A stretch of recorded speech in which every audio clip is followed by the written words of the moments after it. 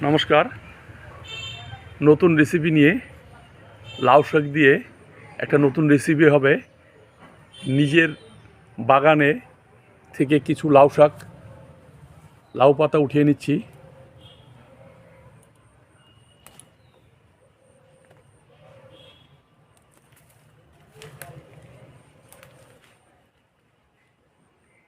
লাউ পাতাগুলো ভালোভাবে ধুয়ে নেওয়া হয়েছে।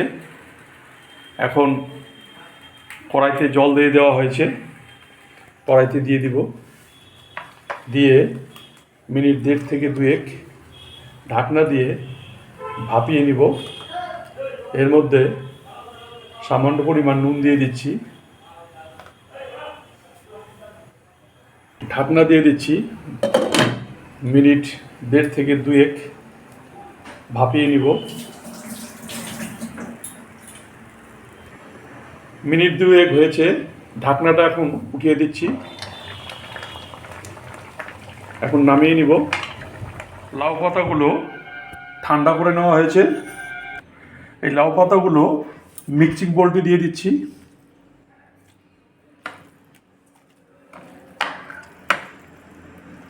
এর মধ্যে 6খানা কাঁচা লঙ্কা দিয়ে দিচ্ছি। আপনারা যদি ঝাল বেশি খান একটু বেশিও দিতে পারেন, এবং যদি ঝাল কম খান কমও দিতে পারেন। আর কিছুটা রসুন কোয়া দিয়ে দিচ্ছি। এটাকে ভালো করে এখন পেস্ট করে নিব।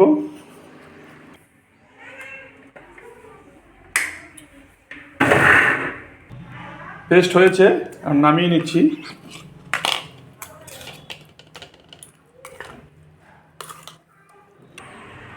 ওভেনে কড়াই দিয়ে দেওয়া হয়েছে এবং কড়াই গরম হয়ে আসছে।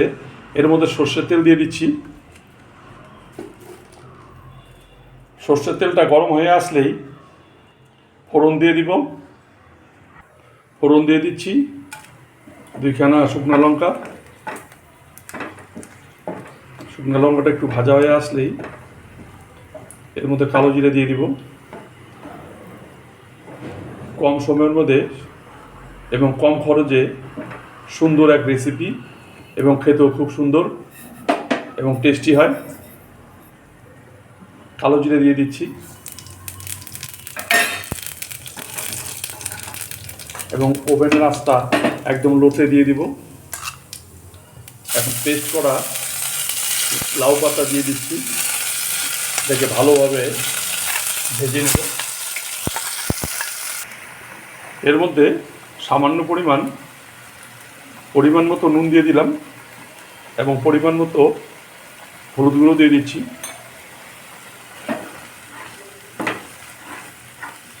ভালোভাবে ভেজে নিতে হবে।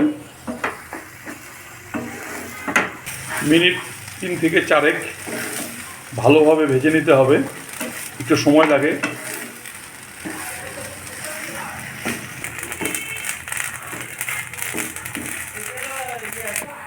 লাউ পাতার রেসিপি রেডি। এখন নামিয়ে নিব। সুন্দর গন্ধ বেরিয়েছে।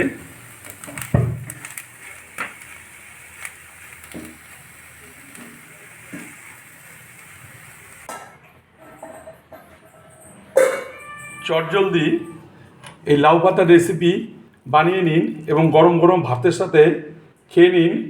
একবার বানিয়ে খেলে বারবার খেতে ইচ্ছে করবে। সুন্দর এই রেসিপি।